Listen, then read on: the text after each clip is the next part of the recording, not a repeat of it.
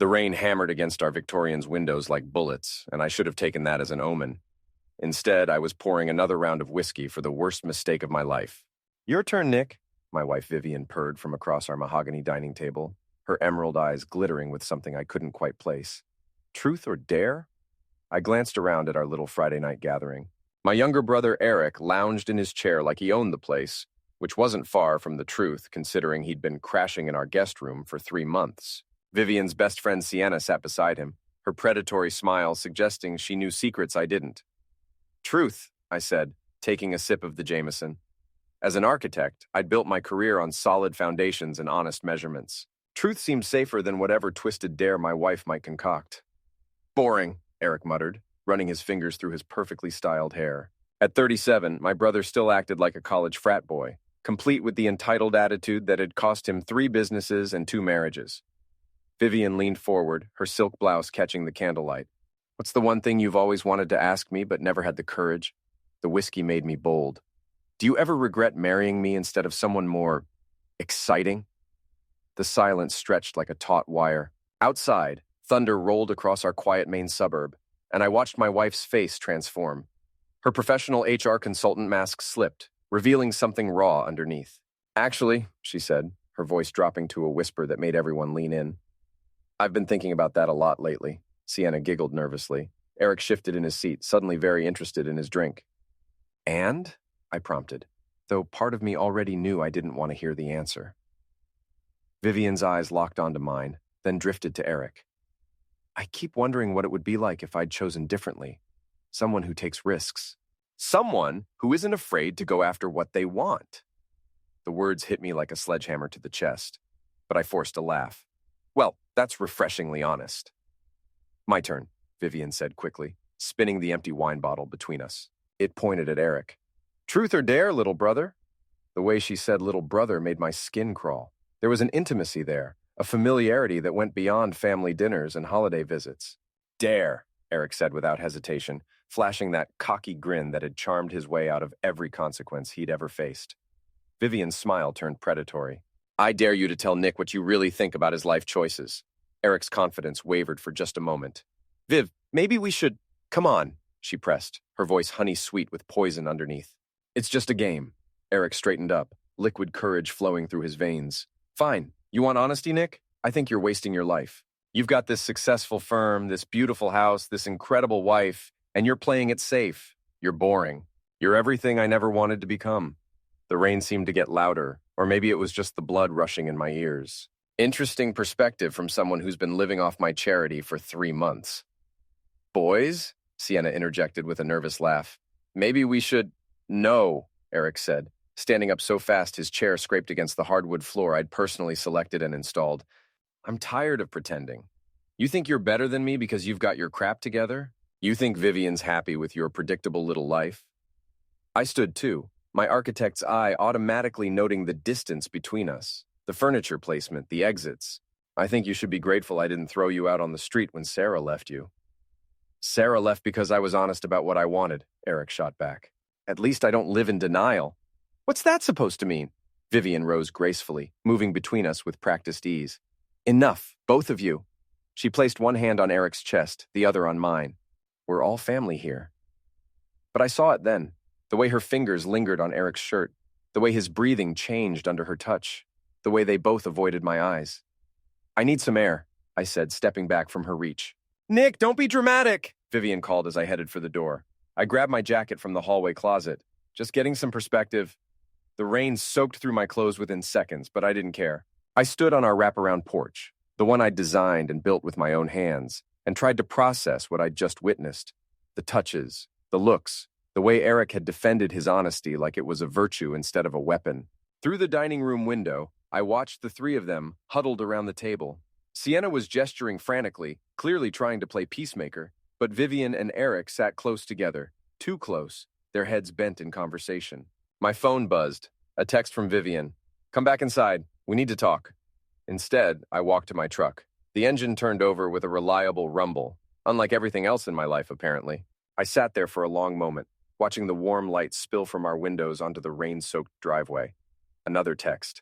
"Nick, please, it's not what you think." But it was exactly what I thought. The pieces were falling into place with architectural precision. Eric's extended stay, Vivian's recent distance, the way she'd started working late, taking mysterious phone calls, going on sudden business trips. I put the truck in drive and headed for the only place that made sense. Terry Doyle's apartment above his private investigation office. If anyone could help me figure out how deep this rabbit hole went, it was my old college roommate turned ex-cop turned PI. The rain followed me through town, past the perfect suburban facades hiding God knows what secrets. By the time I reached Terry's place, I was shivering and soaked to the bone. "Jesus, Nick," Terry said when he opened the door, taking in my drowned rat appearance. "What happened to you?" "I think my wife is sleeping with my brother." Terry's weathered face didn't change expression. After 20 years as a cop and 5 as a private investigator, very little surprised him anymore. "Come on up. I'll make coffee." His apartment was sparse but comfortable, a bachelor pad for a man who'd seen too much of human nature to trust in permanent arrangements. Terry poured 2 mugs of black coffee and settled into his worn leather recliner. "Tell me everything," he said. So I did. The lingering looks, the casual touches, Eric's extended stay, Vivian's recent changes in behavior. As I spoke, Terry took notes in his careful cop handwriting. "How long has Eric been staying with you?" he asked. 3 months, since Sarah threw him out." "And when did you first notice changes in Vivian's behavior?" I thought back, trying to pinpoint the moment when my marriage had started feeling like a performance. "Around the same time, maybe a little before. She started taking work calls at odd hours, staying late at the office. I thought she was just stressed about a big client." Terry nodded. "What kind of work does she do again?" "HR consulting. She helps companies with personnel issues, conflict resolution, that sort of thing." The irony wasn't lost on me. "And Eric?" "Unemployed. Again, he had some half-baked scheme about starting a food truck business, but that fell through like everything else." "So he's been dependent on you for housing, probably money too." "I've been covering his expenses, yeah. Vivian insisted we help him get back on his feet." Terry set down his mug and leaned forward. "Nick, I've got to ask, are you sure about what you saw tonight? Sometimes when we're looking for problems, we find them whether they exist or not." I thought about Vivian's hand on Eric's chest, the way they'd avoided my eyes, the intimacy in her voice when she called him little brother. "I'm sure." "Okay then, what do you want to do about it?" That was the question, wasn't it? What did I want to do? Confront them? Throw Eric out? File for divorce? All of the above? I want to know the truth. All of it. How long it's been going on, what they're planning, whether there's more to this than just an affair. Terry nodded slowly. "That's going to cost you, and once you know the truth, you can't unknow it." "I understand." "Do you?" "Because in my experience, the truth is usually worse than whatever you're imagining right now." I thought about that as I drove home through the storm. The house was dark when I pulled into the driveway. Eric's rental car was still there, parked behind Vivian's BMW like they belonged together. I let myself in quietly and climbed the stairs to our bedroom. Vivian was already asleep, or pretending to be. She'd changed into her silk pajamas and removed her makeup, but I could smell Eric's cologne lingering in the air. I stood there in the darkness, watching my wife sleep, and realized that everything I'd built, the house, the marriage, the life, was constructed on a foundation that had been slowly eroding beneath my feet. Tomorrow, I'd start digging for the truth. Tonight, I'd lie next to my wife and pretend I didn't know that my brother was probably lying awake in the guest room, planning their next move. The rain had stopped, but the damage was already done. I woke up to the smell of bacon and the sound of laughter drifting up from the kitchen. Vivian's side of the bed was cold, which meant she'd been up for a while. The digital clock read 7:23 a.m., later than I usually slept on Saturdays. Downstairs, I found them cooking breakfast together like some twisted version of domestic bliss.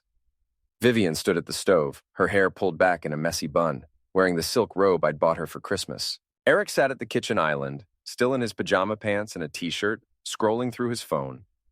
"Morning, sunshine," Eric said without looking up. "Rough night? Something like that?" I poured myself coffee from the pot they'd already made.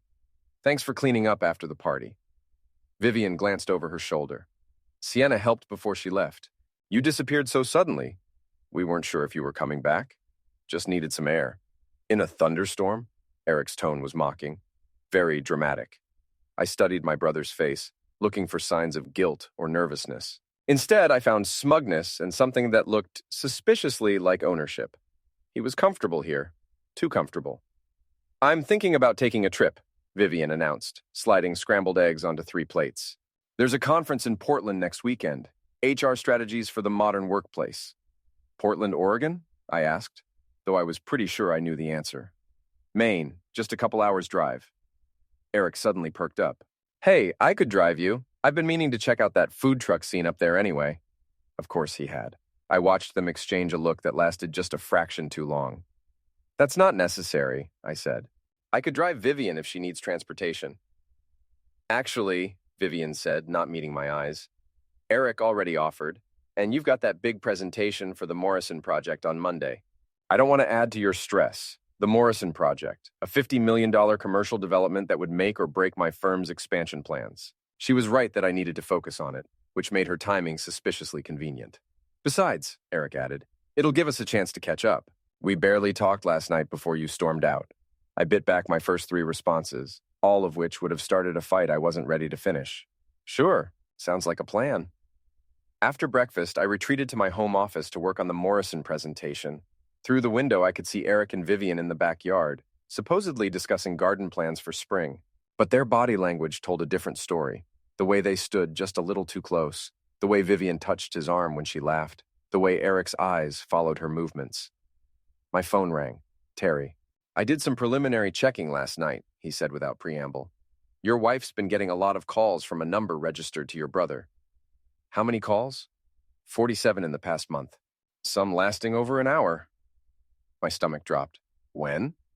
"Various times. Late nights, early mornings, during your work hours. The pattern suggests they're coordinating to avoid your schedule." I closed my eyes and leaned back in my chair. "What else?"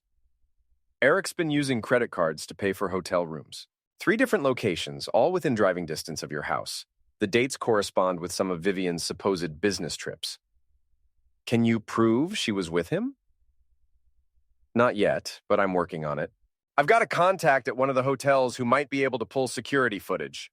Through the window, I watched Eric spin Vivian around in a circle, both of them laughing like teenagers. She was wearing a sundress I'd never seen before, something younger and more playful than her usual professional wardrobe. "There's something else," Terry continued. "I ran a background check on Eric's recent activities. He's been meeting with someone named Marcus Kellerman. Never heard of him. Real estate attorney, specializes in business acquisitions and partnership dissolutions." The words hit me like ice water. "You think they're planning to go after my firm?" "I think they're planning something that requires legal advice. And given Eric's history of failed businesses and sudden interest in your wife, I'd be very careful about what documents you're signing." After Terry hung up, I sat staring at my computer screen. The Morrison presentation suddenly seemed less important than protecting everything I'd built over the past 15 years. My architectural firm, Harrow and Associates, employed 12 people and had contracts worth millions. If Vivian was planning to use Maine's equitable distribution laws to claim half of everything in a divorce, she could destroy the company. But if Eric was involved, they might be planning something even worse. I opened my laptop and started going through business documents, looking for anything that might have been altered or forged. Partnership agreements, insurance policies, bank account authorizations, anything that could give someone access to my company's assets. It took me 3 hours to find it. Buried in a stack of routine paperwork from last month was a change of beneficiary form for my business life insurance policy. The signature looked like mine, but something about the pen pressure was wrong, and the beneficiary had been changed from Vivian to Eric. My hands were shaking as I called my insurance agent. "Mr. Harrow, good to hear from you. How can I help?" "I need to verify a beneficiary change on my business policy. When was that submitted?" "Let me pull that up. Here it is. Form was submitted 3 weeks ago. Signed and notarized." "Who brought it in?" "Your brother, Eric Harrow. Said you were too busy with a big project to come in yourself." I hung up without saying goodbye. 3 weeks ago, I'd been working 18-hour days on the Morrison project. Eric had easy access to my home office, my signature examples, even my personal documents. The insurance policy was worth $2 million. My phone buzzed with a text from Vivian. "Going shopping with Eric. Back this afternoon. Love you." I watched from the window as they drove away in her BMW, heads close together, probably planning their next move. The house felt different without them. Cleaner somehow, like a weight had been lifted. I called Terry back. They're escalating, I said. Eric forged my signature on an insurance document, changing the beneficiary to himself. That's fraud. We could have him arrested. Not yet. I want to know how deep this goes first. Nick, if they're willing to commit fraud, they might be planning worse. You could be in actual danger. I thought about that as I walked through my house. The house I'd designed and built, filled with furniture I'd chosen, decorated with art Vivian and I had collected together over 8 years of marriage. Every room held memories, but now those memories felt contaminated. In the master bedroom, I opened Vivian's jewelry box. Hidden behind her earrings was a folded piece of paper, a printout of an email I'd never seen. EN is getting suspicious. We need to move faster. The Portland trip is perfect timing. Make sure everything is ready. V. The email was dated yesterday, sent from Vivian's personal account to an address I didn't recognize. I photographed the email and put it back exactly where I'd found it. Then I went through the rest of the bedroom systematically, looking for more evidence. In Vivian's nightstand drawer, I found a burner phone I'd never seen before. The recent call log showed dozens of calls to and from Eric's number, plus several to the mysterious email address, and to Marcus Kellerman, the lawyer Terry had mentioned. One text message thread made my blood run cold. Eric, insurance change went through, he never noticed. Vivian, good. Portland will be the perfect alibi. Eric, you sure about the timeline? Vivian, trust me. By Monday, everything will be different. Monday, the day of my Morrison presentation, the day that could make or break my company's future. I took photos of everything and put the phone back.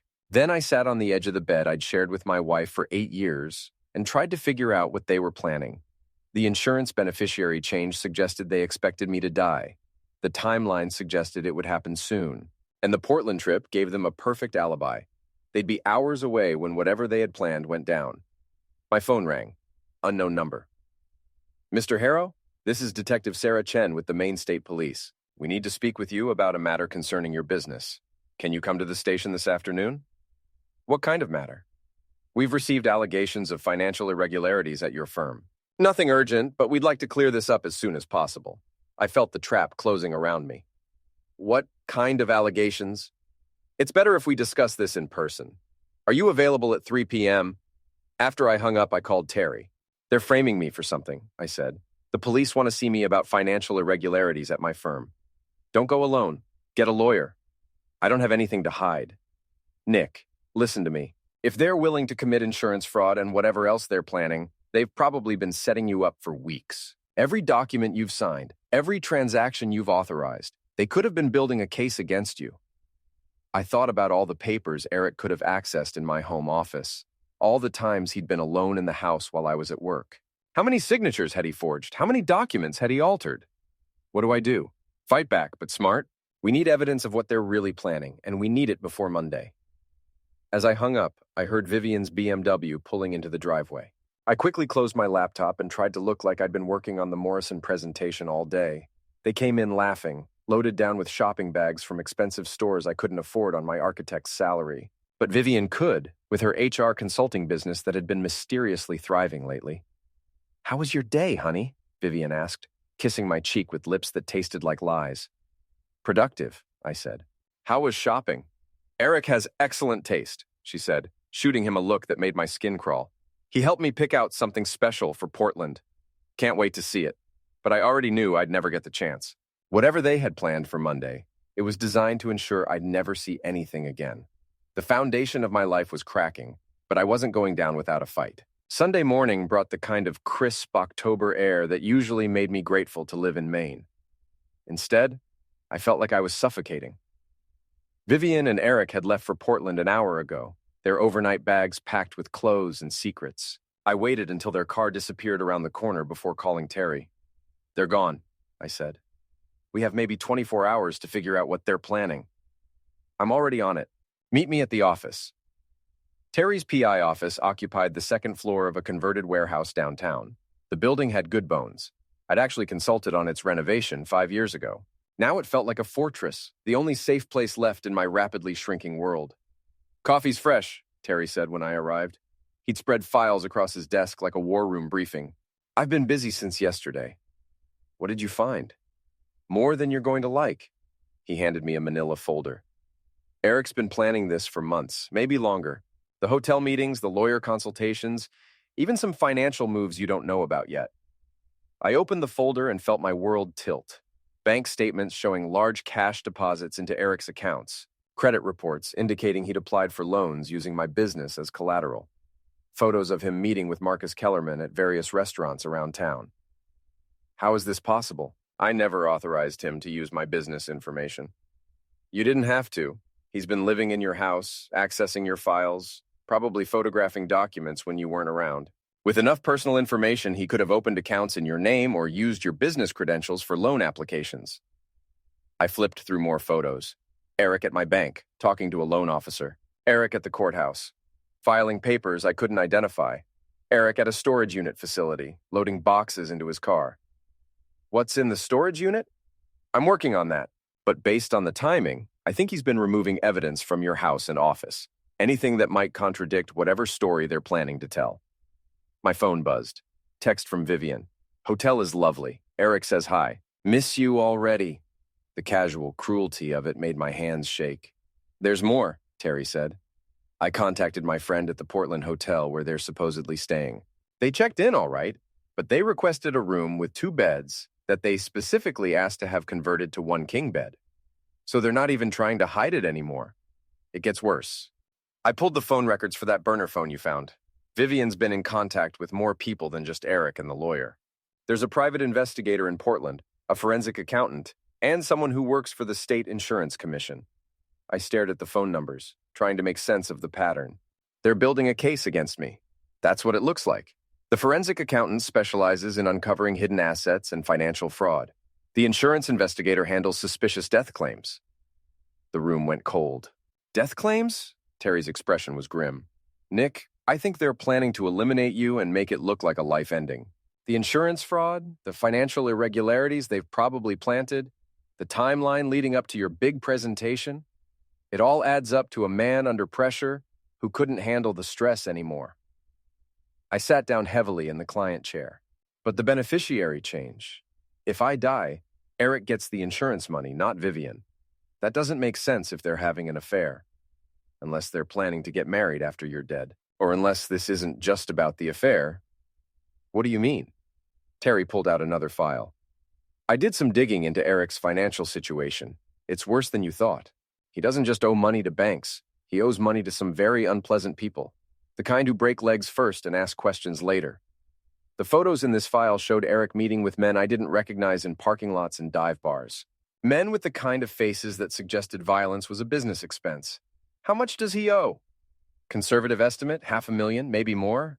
I felt sick. So this isn't just about stealing my wife. He needs money to stay alive. And your insurance policy, plus whatever he can get from liquidating your business assets, would solve his problems permanently. My phone rang. Unknown number again. Mr. Harrow, this is Detective Chen. We missed you yesterday afternoon. I'd completely forgotten about the police appointment. I'm sorry, something came up. I understand you're busy, but this is important. We need to discuss some irregularities in your business finances that have come to our attention. What kind of irregularities? Missing funds, forged documents, possible tax evasion, serious charges, Mr. Harrow. The kind that could result in federal prosecution. I looked at Terry, who was listening on speaker. He shook his head firmly. I'll need to consult with my attorney before answering any questions. That's your right, of course. But I should mention that we've already frozen your business accounts pending investigation. The line went dead. I stared at the phone in disbelief. They moved faster than I expected, Terry said. Freezing your accounts means you can't access your money, can't pay your employees, can't operate your business. How is that legal? If they have evidence of financial crimes, they can freeze assets to prevent you from moving money offshore or destroying evidence. But I haven't committed any crimes. No, but Eric has, using your identity. And now you have to prove that. I walked to Terry's window and looked out at the city I'd helped build. 3 of the buildings I could see bore my architectural signature. The renovated courthouse, the new library, the mixed-use development on Congress Street. I'd spent 15 years building a reputation, creating something meaningful, and now it was all disappearing because I'd trusted the wrong people. What do I do? We prove what they're really planning, and we do it before they get back from Portland. Terry handed me a set of keys. These are to Eric's storage unit. I may have convinced the manager that I was helping Eric move some items. That's breaking and entering. That's getting evidence. Your choice. We can do this the legal way and hope you survive long enough to prove your innocence, or we can fight dirty and level the playing field. I thought about Vivian's smile when she kissed me goodbye, knowing she was planning my death. I thought about Eric living in my house, eating my food, sleeping with my wife while plotting to destroy everything I'd built. Let's go. The storage facility was on the outskirts of town, a sprawling complex of metal buildings that looked like a prison. Unit 247 was in the back corner, away from the main office and security cameras. Terry's key worked on the first try. Inside, we found boxes of documents that had been stolen from my home office and business. Financial records, contracts, correspondence, everything someone would need to forge my signature and impersonate me in business dealings. But there was more. Photos of me taken without my knowledge, at work, at home, around town, a detailed schedule of my daily routines, maps of my usual routes to and from the office. Jesus, Terry muttered, holding up a manila envelope. They've been planning this for months. The envelope contained architectural drawings of my house with notations I didn't recognize. Emergency exits marked in red, sightlines from neighboring properties, even the location of security cameras and motion sensors. They're planning to make it look like a break-in gone wrong, I realized, or maybe a home invasion. At the bottom of one box, I found something that made my blood freeze. A copy of my will, with handwritten notes in the margins. Someone had been analyzing what would happen to my assets if I died. But the will was 5 years old. I'd updated it 2 years ago after buying additional life insurance. They don't know about the new will, I said. They're working off old information. What changed? I left everything to charity. Vivian gets the house and a modest trust, but the business and most of my assets go to a foundation for architectural education. Terry smiled grimly. So if you die, they get almost nothing, which means they'll have to keep me alive long enough to change the will or find another way to access my money. Or they'll torture you until you sign new documents. I photographed everything in the storage unit, then carefully put it all back exactly as we'd found it. Whatever they were planning, I didn't want them to know I'd discovered their preparations. On the drive back to Terry's office, my phone rang. Vivian. Hi, honey. How's your day going? Fine. Working on the Morrison presentation. That's good. Eric and I just had the most amazing lunch at this little seafood place overlooking the harbor. I wish you could see it. Maybe next time. Actually, we've been talking about that. Eric thinks you work too hard. Maybe after the Morrison project, we could all take a vacation together. Somewhere warm. The casual way she said it made my skin crawl. As if we were a happy family instead of a triangle of betrayal and murder plots. That sounds nice. I love you, Nick. You know that, right? I know. But what I really knew was that my wife was planning to kill me. Probably within the next 24 hours. And I was running out of time to stop her. After she hung up, Terry and I spent the rest of the afternoon planning our counterattack. If they wanted to play dirty, I'd show them what a real architect could build when his back was against the wall. The foundation of their plan had a fatal flaw. They underestimated me, and that was going to be their downfall. Monday morning arrived with the kind of gray drizzle that made everything look ominous. I stood in my kitchen, drinking coffee and staring at the Morrison presentation materials spread across the counter. In a few hours, I'd be pitching the biggest project of my career to a room full of investors and city planners, if I lived that long. My phone buzzed. Text from Vivian. Driving back now. Can't wait to hear how the presentation goes. Eric says break a leg. The choice of words wasn't lost on me. Terry arrived at 7:30, looking like he hadn't slept. Everything's in place, he said. Recording equipment, backup cameras, even a GPS tracker on your phone in case things go sideways. You really think they'll try something today? I think they're running out of time. The police investigation is moving forward. Your accounts are frozen, and they know you're getting suspicious. If they're going to make their move, it has to be now. I clipped the tiny recording device to my shirt collar and slipped the backup camera into my briefcase. The plan was simple. Let them think they were in control while documenting everything for evidence. Remember, Terry said, don't try to be a hero. Get what we need and get out. I'll be monitoring everything from the van outside. At 8:15, I drove to my office for what might be the last time. Harrow and Associates occupied the top floor of a converted mill building downtown, with floor-to-ceiling windows overlooking the Kennebec River. I'd designed the space my self-open concept with private offices around the perimeter, natural light flooding the drafting tables where my team created the buildings that would outlast us all. except my team wasn't there. Mr. Harrow? My assistant Jennifer looked up from her desk with worried eyes. The police were here this morning. They interviewed everyone and sent them home. What kind of questions? About missing money, forged documents, whether you'd been acting strange lately. Mr. Morrison called too. He's postponing the presentation until these legal issues are resolved. I felt the walls closing in. Without the Morrison project, my firm would collapse within months, which was probably exactly what Eric and Vivian were counting on. Jennifer, I need you to make copies of all our financial records and client files. Everything. The police already took most of them. Then copy what's left. And Jennifer, don't trust anyone who comes here asking questions about me, not even family. She nodded, but I could see the doubt in her eyes. How long before she started believing I really was a criminal? I spent the morning in my office, pretending to work while watching for signs of Eric and Vivian's return. Through the windows, I could see Terry's surveillance van parked across the street, disguised as a plumbing contractor's vehicle. At 11:30, my phone rang. Eric.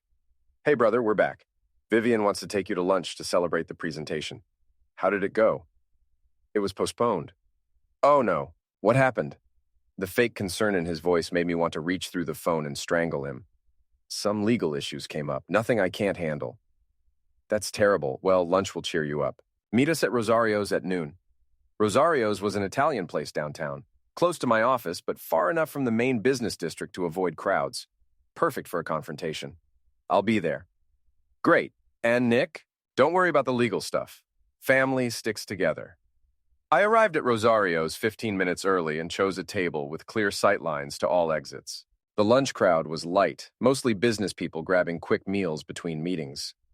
I recognized a few faces, clients, contractors, city officials who'd worked with me over the years, people who might soon believe I was a criminal. Vivian and Eric walked in at exactly noon, both glowing with what looked like post-vacation happiness. Vivian wore a new dress I'd never seen, something expensive and elegant that showed off her figure. Eric had gotten a haircut and looked more confident than I'd seen him in years. Darling? Vivian kissed my cheek and slid into the booth beside me, trapping me against the wall.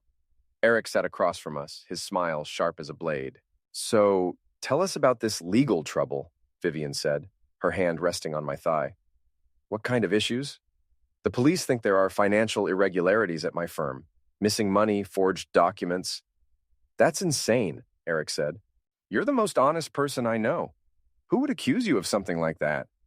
I studied his face, looking for cracks in the performance. They wouldn't say. Someone filed a complaint with evidence of wrongdoing. Vivian's grip tightened on my leg. Evidence? What kind of evidence? Bank records, altered contracts, loan applications I supposedly signed but don't remember. Memory can be tricky when you're under stress, Eric said. You've been working so hard lately, maybe you signed things and forgot about them. Maybe. The waitress brought menus, but none of us were really interested in food. This was a different kind of meal predators circling their prey. The important thing, Vivian said, is that we support each other through this difficult time. Family is everything. Speaking of family, Eric said, I've been thinking about making some changes in my life. Maybe settling down, starting fresh somewhere new. That sounds nice. With anyone special? Eric's eyes flicked to Vivian for just a moment. I'm exploring my options. Well, you'll need money for a fresh start. Good thing you're not facing federal fraud charges. The temperature at the table dropped 10 degrees. Vivian's hand went still on my leg, and Eric's smile faltered. That's not funny, Nick, Vivian said. I'm not trying to be funny. I'm just saying it's interesting how some people's luck changes while others gets worse. Eric leaned forward. What's that supposed to mean? It means I know about the storage unit. I know about the forged insurance documents. I know about your meetings with Marcus Kellerman. The color drained from Eric's face. Vivian's hand moved away from my leg and I could see her calculating escape routes. I don't know what you're talking about, Eric said, but his voice lacked conviction. Sure you do. You've been planning this for months. The affair, the fraud, probably even my convenient death. The only thing you didn't plan for was getting caught. Vivian stood up abruptly. I don't have to listen to this paranoid nonsense. Sit down, Vivian. We're not finished. Actually, we are. Eric was standing too, his face flushed with anger.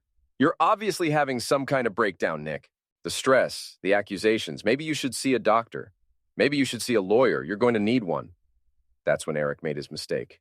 Instead of walking away, he grabbed my arm and squeezed hard enough to leave bruises. Listen to me, you sanctimonious bastard. You think you're so much better than everyone else with your perfect house and your successful business, but you're just a boring, middle-aged architect who can't even keep his wife satisfied.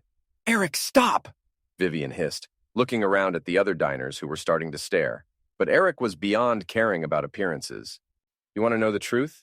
Vivian's been faking it for years. Every smile, every kiss, every time she pretended to enjoy your pathetic attempts at romance. She told me everything, Nick. How boring you are in bed. How you never take risks. How she fantasizes about being with a real man. The restaurant had gone quiet. Even the kitchen staff had stopped what they were doing to watch our table. Are you finished? I asked calmly. I'm just getting started. You think you can threaten us? You think your little investigation means anything? By the time we're done with you, you'll be lucky if you're not in prison. Interesting choice of words. I pulled out my phone and played back the last 30 seconds of our conversation. Eric's voice came through clearly. By the time we're done with you, you'll be lucky if you're not in prison. Eric's face went white. You recorded us? I recorded everything. The threats, the admissions, even your confession about the affair. Amazing what people will say when they think they're winning. Vivian sank back into her seat, her composure finally cracking. Nick, please, let us explain. Explain what? How you've been planning to murder me? How you forged insurance documents? How you've been stealing from my business for months? We never planned to hurt you, she whispered. Just destroy my life, steal my money, and leave me to face federal charges while you two run off together. Eric was backing toward the door, but I wasn't finished with him yet. The storage unit was a nice touch, by the way. Very thorough. But you made one crucial mistake. What mistake? Eric's voice was barely audible. You assumed I was stupid. You thought I'd never figure out what you were doing, never fight back, never turn the tables. I stood up and straightened my jacket. But I'm an architect, Eric. I know how to build things and I know how to tear them down. And right now, I'm demolishing everything you thought you knew about this situation. The other restaurant patrons were openly staring now, some recording with their phones. By tonight, half the town would know that Nick Harrow had confronted his cheating wife and brother in public, which was exactly what I wanted. The police are waiting outside, I continued. Terry's been documenting everything for the past hour. And in about 5 minutes, Detective Chen is going to walk through that door with arrest warrants for fraud, conspiracy, and attempted murder. Eric bolted for the back exit, but Terry was already there, blocking his path. My old friend looked like he was enjoying himself. Going somewhere? Terry asked. Vivian was crying now, mascara streaming down her cheeks. Nick, please, I love you. This was all Eric's idea. No, Vivian, this was your idea. Eric's just too stupid to have planned something this elaborate. Detective Chen walked through the front door right on schedule, followed by 2 uniformed officers. She surveyed the scene with professional interest. Mr. Harrow? We're here to arrest Eric Harrow and Vivian Harrow on charges of fraud, conspiracy, and attempted murder. The restaurant erupted in whispers and camera flashes. I sat back down and ordered a coffee, watching as the 2 people who'd tried to destroy me were led away in handcuffs. Terry slid into the booth across from me. How do you feel? Like I just survived a demolition. What happens now? I thought about that as I watched the police cars drive away. My business was in ruins, my marriage was over, and my brother would probably spend the next decade in prison. But I was alive, and I had evidence of everything they'd done. Now I rebuild, I said, from the ground up. 3 months later, I stood in the conference room of my new law firm, watching my attorney present evidence to a room full of federal prosecutors, insurance investigators, and financial crime specialists. The walls were lined with boxes of documents, photographs, and recordings that told the complete story of Eric and Vivian's conspiracy. The defendants began planning this scheme at least 6 months ago, my attorney was saying. They systematically forged documents, stole business records, and planted evidence designed to frame Mr. Harrow for crimes they committed themselves. Detective Chen nodded from her seat at the conference table. The storage unit contained over 200 pieces of evidence, including detailed plans for staging Mr. Harrow's death to look like a self-life ending. I watched the prosecutors take notes, their faces grim. The case against Eric and Vivian had grown far beyond simple fraud. The FBI had uncovered a network of forged documents, money laundering, and conspiracy charges that could put them both away for decades. What about the insurance fraud? Asked the lead prosecutor. Mr. Eric Harrow forged his brother's signature on multiple documents, Detective Chen replied. Life insurance beneficiary changes, loan applications, even a fraudulent power of attorney that would have given him control over the victim's business assets. And the attempted murder charges? My attorney opened another file. The defendants purchased life insurance policies on Mr. Harrow without his knowledge, researched methods for staging accidental deaths, and maintained detailed surveillance records of his daily routines. We also have recorded conversations discussing the timeline for his death. I'd heard these details before, but they still made my stomach turn. The people I'd trusted most had spent months planning my murder, with the same attention to detail I used for architectural projects. Mr. Harrow, the prosecutor addressed me directly, we understand you've suffered significant financial losses as a result of this conspiracy. My business is gone, I said. 15 years of work, 12 employees, millions in contracts, all destroyed by their fraud. Even after my name is cleared, the reputation damage is irreversible. But you've started a new venture? I smiled for the first time in months. I'm consulting on white-collar crime investigations, helping other victims of financial fraud rebuild their lives. It wasn't architecture, but it was meaningful work, and it paid well enough to cover my legal expenses and start over. We're prepared to offer plea agreements, the prosecutor continued. Mrs. Harrow could receive 8 to 12 years with cooperation. Mr. Eric Harrow, given his leadership role and prior criminal history, would face 15 to 20. What kind of cooperation? Full disclosure of all co-conspirators, return of stolen assets, testimony against other fraud networks they may have been involved with. I thought about Vivian in her orange jumpsuit, finally facing consequences for her actions. The woman who'd shared my bed while planning my death, who'd kissed me goodbye while driving to establish her alibi for murder. I want to see them first, I said. The county jail looked like every other institutional building, concrete, steel, and despair wrapped in bureaucratic efficiency. I signed in at the visitor's desk and waited in a room that smelled like disinfectant and broken dreams. Vivian appeared first, escorted by a guard who looked like he'd rather be anywhere else. My wife, soon-to-be ex-wife, had lost weight and her perfect hair was pulled back in a simple ponytail. She looked smaller somehow, diminished by the reality of her situation. Nick. She sat across from me at the metal table, her hands folded in her lap. Thank you for coming. I wanted to hear you say it. Say what? The truth. All of it. Why you did this. How long you've been planning it. Whether any of our marriage was real. Vivian was quiet for a long moment, staring at her hands. When she looked up, her eyes were red but clear. It started 2 years ago, she said. Eric came to me with gambling debts. Dangerous people threatening him. He needed money, and I needed something different. So you decided to kill me. Not at first. At first, we just thought about the insurance money if something happened to you naturally. But then Eric's debts got worse, and the people he owed weren't patient. When did it become murder? When we realized we could make it look accidental. Eric found out about stages of self-elimination, how insurance companies investigate suspicious deaths. We thought if we planted enough evidence of financial stress and depression, I'd look like a desperate man who killed himself rather than face prison. She nodded, tears streaming down her face. I never wanted to hurt you, Nick. I loved you, in my way. Your way involved planning my death for 6 months. I know how it sounds, but you have to understand. Eric was going to be killed if he didn't pay his debts. And I was tired of being the perfect wife, the successful consultant, the woman who had everything but felt empty inside. I studied her face, looking for signs of the woman I'd married 8 years ago. She was still beautiful, still intelligent, but something fundamental had broken inside her. Was any of it real? I asked. The marriage, the love, the life we built together? The first few years were real. But after that, I don't know. I started pretending so much that I forgot what was authentic. And Eric? Eric was exciting, dangerous, everything you weren't. She paused. I'm sorry, Nick. I know that's not what you want to hear, but it's the truth. I stood up to leave. The prosecutors are offering you a deal. 8 to 12 years if you cooperate fully. What would you do? If you were me?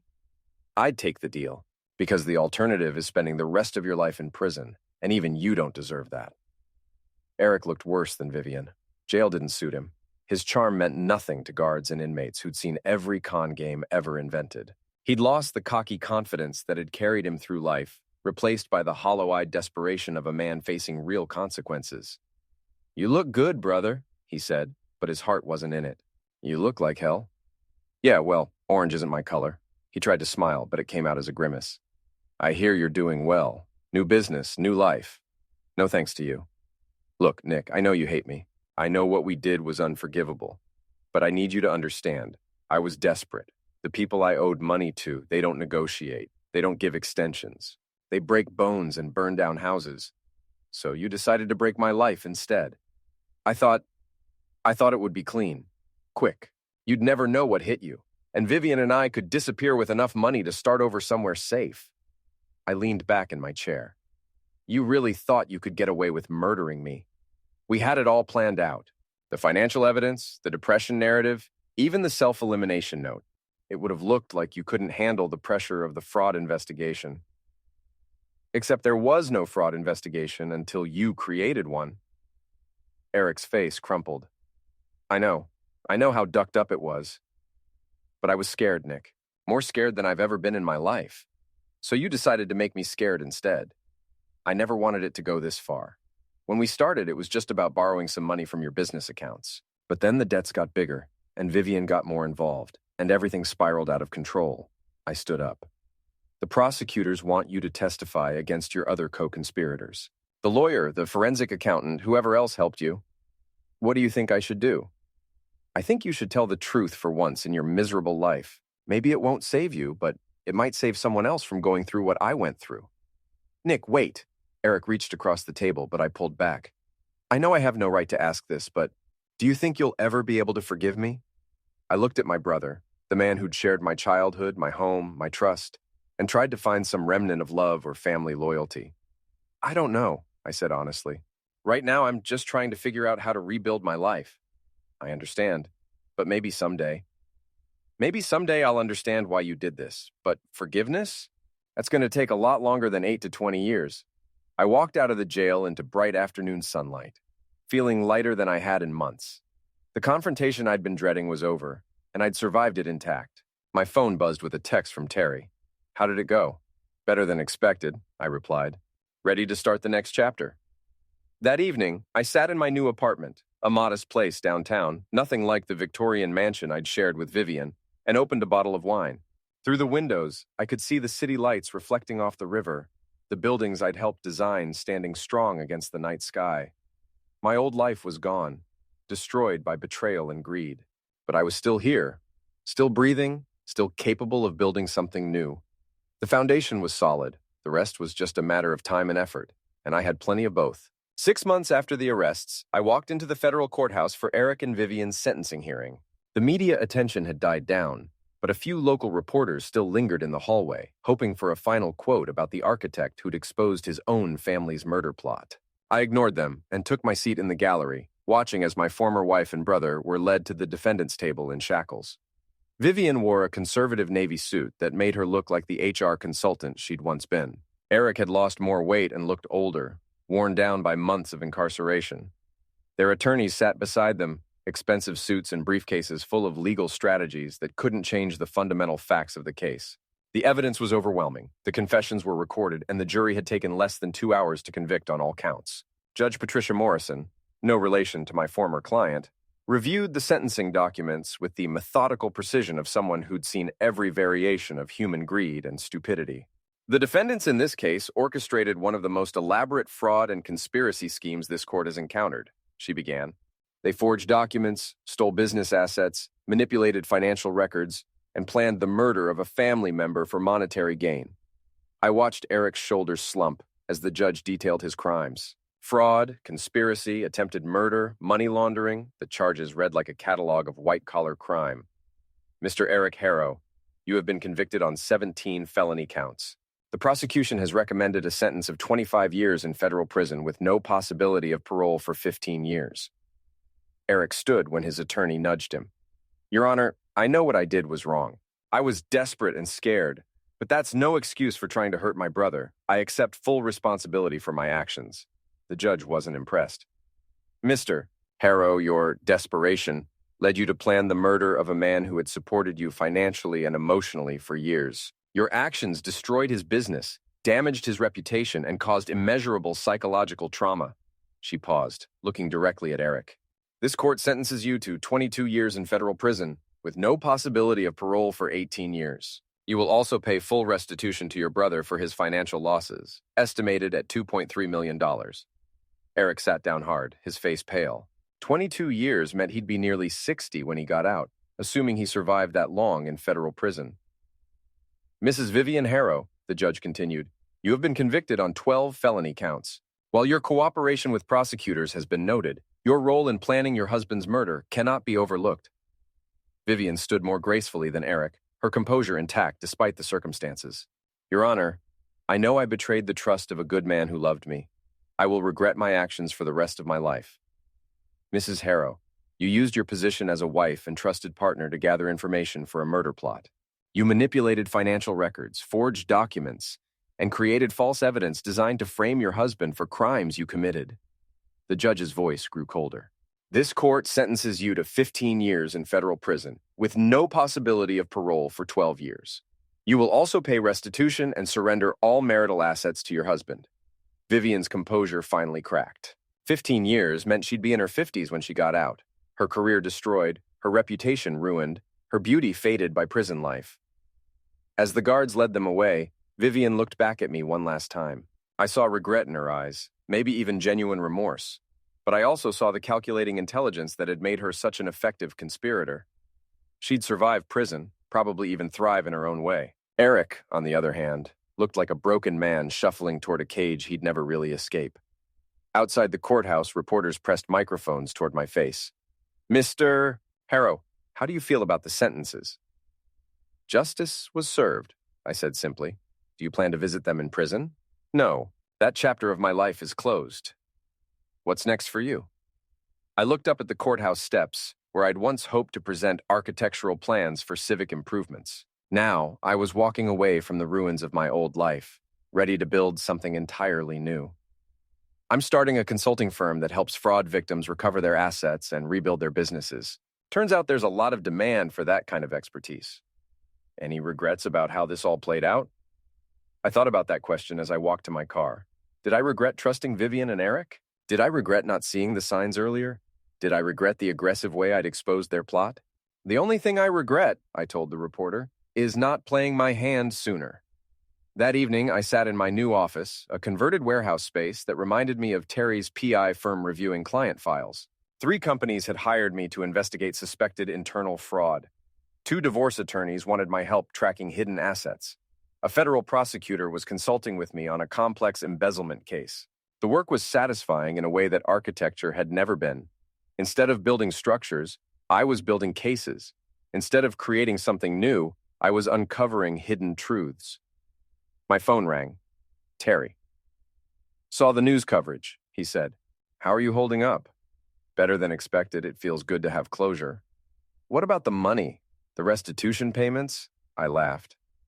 Eric's broke and Vivian's assets are frozen. I'll be lucky to recover 10% of what they stole. That doesn't bother you? Money can be replaced. Trust, reputation, family, those are harder to rebuild. Speaking of family, your parents called. They want to know if you're coming to Christmas dinner. I'd been avoiding my parents since the trial, partly from shame and partly from anger. They'd known Eric was in financial trouble, known he was living beyond his means, but they'd never warned me about the extent of his problems. I don't know. It's complicated. Family always is, but they're not the ones who betrayed you. After Terry hung up, I walked to the window and looked out at the city lights.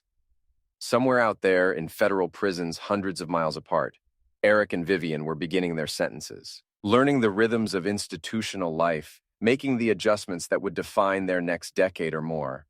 I wondered if they thought about me, if they regretted their choices, if they understood the magnitude of what they'd destroyed. Probably not.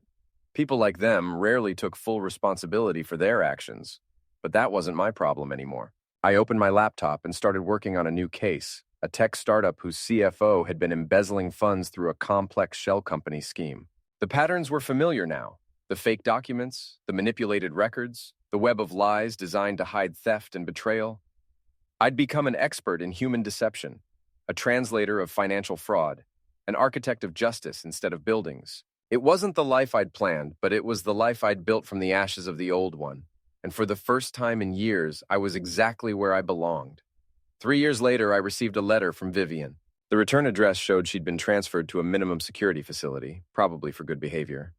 I almost threw it away without reading it, but curiosity won. "Dear Nick," it began, "I know I have no right to contact you after everything I did, but I wanted you to know that not a day goes by that I don't regret my actions. Prison has given me time to think about the person I became, the choices I made, the life I threw away for money and excitement." The letter went on for 3 pages, detailing her remorse, her therapy sessions, her plans for when she got out. She'd earned her GED, was working toward a bachelor's degree, had found religion, the usual prison rehabilitation narrative. At the end, she asked for forgiveness. Not reconciliation, not a second chance, just forgiveness for the woman who'd planned to murder me. I read the letter twice, then fed it into my office shredder. Some bridges, once burned, should stay that way. My phone buzzed with a text from my new girlfriend, Sarah, a federal prosecutor I'd met while working on a case. "Dinner at 7? I have news about the Peterson investigation." I smiled and texted back, "Can't wait to hear it." Life was good. Different than I'd expected, harder in some ways, more rewarding in others. I'd lost a wife, a brother, and a business, but I'd gained something more valuable: the knowledge that I could survive anything. I'd been dealt a terrible hand, but I'd played it perfectly. And in the end, that was all that mattered. The foundation was solid. The structure was sound. The future was whatever I chose to build. I locked up the office and headed home, leaving the past where it belonged, buried under the weight of justice and the passage of time. Some games you win by playing better cards. Others you win by refusing to fold when everyone expects you to quit. I'd learned the difference, and it had made all the difference.